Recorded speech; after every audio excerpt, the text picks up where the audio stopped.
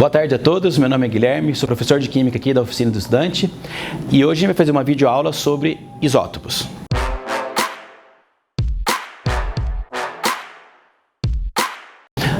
Vários elementos químicos na natureza apresentam isótopos. Alguns elementos químicos não apresentam isótopos. Eu tenho certeza que todos vocês já ouviram dizer de sódio. Quando você fala no elemento químico sódio, você está falando de um elemento químico que não tem isótopos.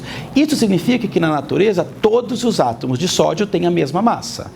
Agora, quando a gente ouve dizer do átomo de hidrogênio, ele é constituído de 3 isótopos. São 3 átomos que têm o mesmo número atômico, mas são diferentes entre si por uma pequena variação na massa. Existe o hidrogênio, que tem número de massa 1, hidrogênio no número de massa 2 e hidrogênio de número de massa 3.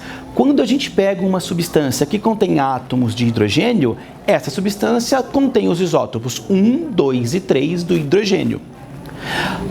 De todos os elementos químicos que tem na natureza, alguns não têm isótopos, outros têm. Como eu já disse, sódio não tem isótopo, hidrogênio tem isótopo. Flúor não tem isótopos, ou seja, todos os átomos de flúor têm sempre a mesma massa. E se a gente pensar no átomo de oxigênio, ele é constituído naturalmente de 3 isótopos. Átomo de oxigênio na natureza existe com massa 16, com massa 17 e com massa 18. Quando alguém fala que existe oxigênio no ar, significa que as moléculas são feitas com os átomos de oxigênio e esses átomos de oxigênio podem ter massa ou 16, ou número de massa 17, ou número de massa 18. A grande questão é que esses 3 isótopos que existem para o oxigênio possuem abundância relativa diferente. Isso significa que uma amostra que contém átomos de oxigênio naturalmente vai ter o oxigênio 16, o oxigênio 17 e o oxigênio 18 em porcentagens diferentes. É o que a gente chama de abundância natural ou abundância relativa. Aproximadamente 99,76% dos átomos de oxigênio tem massa 16, 0,04% tem massa 17 e 0,2% tem massa 18.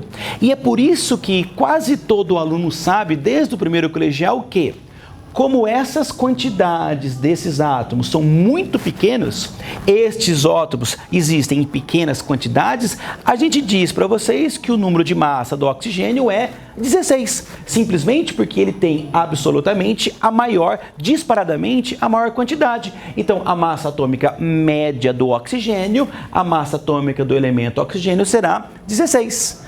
Quando a gente pega um outro elemento químico, no caso o cloro, que só tem 2 isótopos, mas essas porcentagens não são absurdamente grandes e absurdamente pequenas, você pega uma amostra de cloro, ela é constituída de 2 isótopos. 75% dos átomos, aproximadamente, tem massa 35 e 24,2% tem massa 37.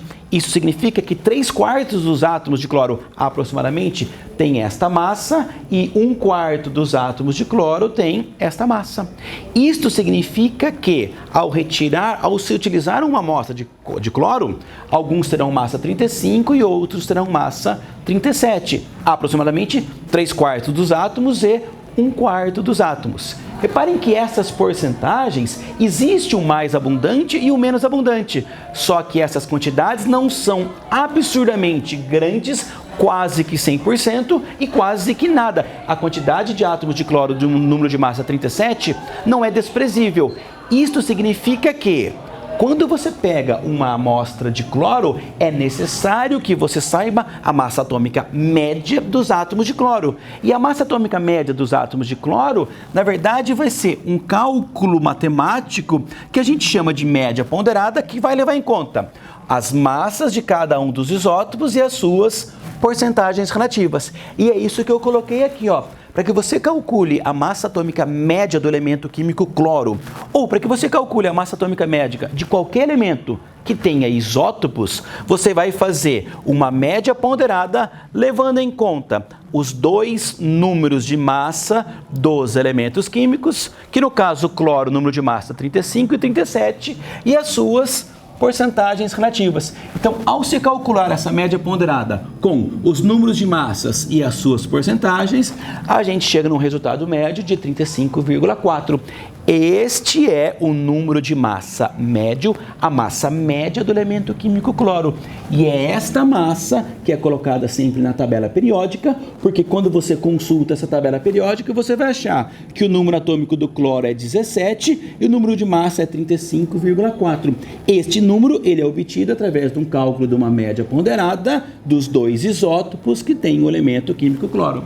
Se você pegar outros elementos químicos que têm 3, 4, 5, 8 isótopos, o cálculo é sempre o mesmo. Você precisaria de todos os números de massa desse outro elemento químico, das suas porcentagens relativas, e aí você faz o mesmo tipo de cálculo, uma média ponderada que te dá uma resposta que vai para a tabela periódica. Tudo bem? Entenderam?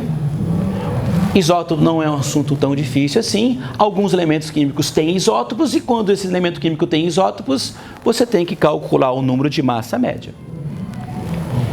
Quem gostou da aula, curte o nosso canal. Um grande abraço para todos. Até mais.